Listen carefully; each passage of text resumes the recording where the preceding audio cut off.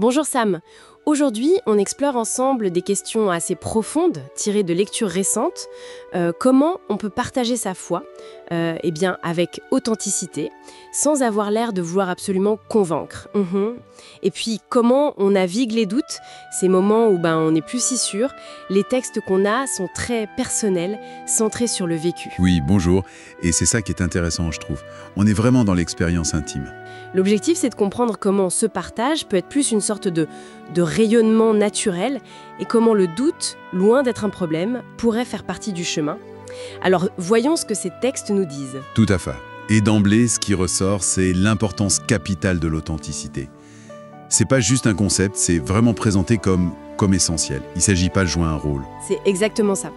La première grande idée, c'est vraiment ça, rayonner plutôt que convaincre.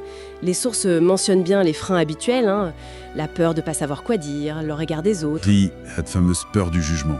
Ou même ce sentiment de ne pas être assez spirituel, on connaît ça. Mais l'accent est mis ailleurs, sur ce qu'on pourrait appeler le témoignage vivant. C'est moins une question de discours et plus de « voilà ce que Dieu fait dans ma vie, concrètement ». C'est ça. Il y a cette image d'une source d'eau vive qui jaillit naturellement, sans forcer, juste parce qu'elle est pleine.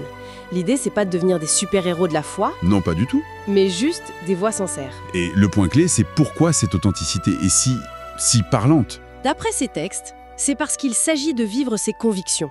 De laisser transparaître une certaine paix, une joie, même quand c'est difficile. Ça interpelle plus que des mots, parfois. La simple présence peut devenir un témoignage. C'est intéressant, ça. On n'est pas dans la conversion forcée, mais plutôt dans le fait de manifester sa foi par des gestes simples, l'amour, la compassion au quotidien. C'est le vécu qui parle, en fait. Vivre sa foi authentiquement. C'est une belle idée. Mais alors, que faire quand cette foi, justement, elle vacille ? Les textes n'évitent pas la question du doute, au contraire. Non, c'est important. Ils ne le présentent pas comme un ennemi, mais comme un catalyseur potentiel. J'ai noté cette phrase. Le doute n'est pas la fin de la foi, il peut en être le point de départ. On nous rappelle aussi que même des figures comme Abraham, David, les disciples, ils ont douté. Absolument. Le doute n'est pas montré comme une tare, mais comme une étape possible, parfois même nécessaire. Et les textes sont assez concrets sur comment l'aborder. Ah oui. Comment ? Avec humilité déjà. Sans paniquer et surtout, ne pas rester seul avec ça. C'est crucial. Les pistes, c'est chercher des réponses, oui. Dans les textes, la prière. Voilà, dans les textes, la prière, le dialogue avec d'autres personnes de confiance, mais aussi, et c'est un point fort, apprendre à déposer ses doutes devant Dieu. Déposer ses doutes. Oui, une des sources parle de la louange, de la prière, de la méditation, non pas pour ignorer le doute, attention, D'accord. mais pour le confronter en quelque sorte.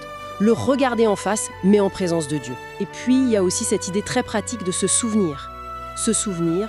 Se rappeler activement des moments passés où la foi était une aide, une ancre. Ça peut aider à reconstruire la confiance petit à petit. C'est une approche constructive finalement. Et cette idée de déposer, de ne pas garder pour soi, ça nous mène assez naturellement au dernier point fort de ces lectures, l'importance de la vie intérieure. Oui. Et en particulier de la louange. Elle est décrite comme une force vitale. Une force vitale, c'est fort comme terme. Oui. Et ce qui est frappant, c'est qu'elle n'est pas juste pour les bons moments. Au contraire, elle est pertinente même dans le silence, le désarroi, le doute. J'ai retenu cette citation. « Tu es Dieu même dans mes silences. Même quand je doute, je t'élève. » Il y a comme un acte de résistance spirituelle là-dedans. Tout à fait. Et si on relie ça au reste, la louange, telle qu'elle est présentée là, c'est comme un outil pour renforcer la foi de l'intérieur, pour dépasser ces peurs dont on parlait au début. Les textes disent qu'elle sculpte notre âme, qu'elle nous reconnecte à notre identité profonde en Dieu. Ça devient une source de courage, de clarté quand on est embrouillé. Oui, de clarté. Et même d'amour pour les autres. C'est présenté comme quelque chose qui peut vraiment rallumer l'espérance. C'est plus que chanter, c'est réorienter son cœur, activement. Alors si on essaye de résumer un peu les grandes lignes de tout ça, on retient d'abord que l'authenticité vécue, c'est plus puissant que n'importe quel argument pour partager sa foi. C'est ça. Ensuite, que le doute, c'est pas forcément une faiblesse, mais ça peut être une porte pour aller plus loin, pour creuser. Exactement. Une invitation, oui. Et enfin, que la vie intérieure, et notamment la louange, même quand c'est dur, c'est une source de force, de résilience. Exactement.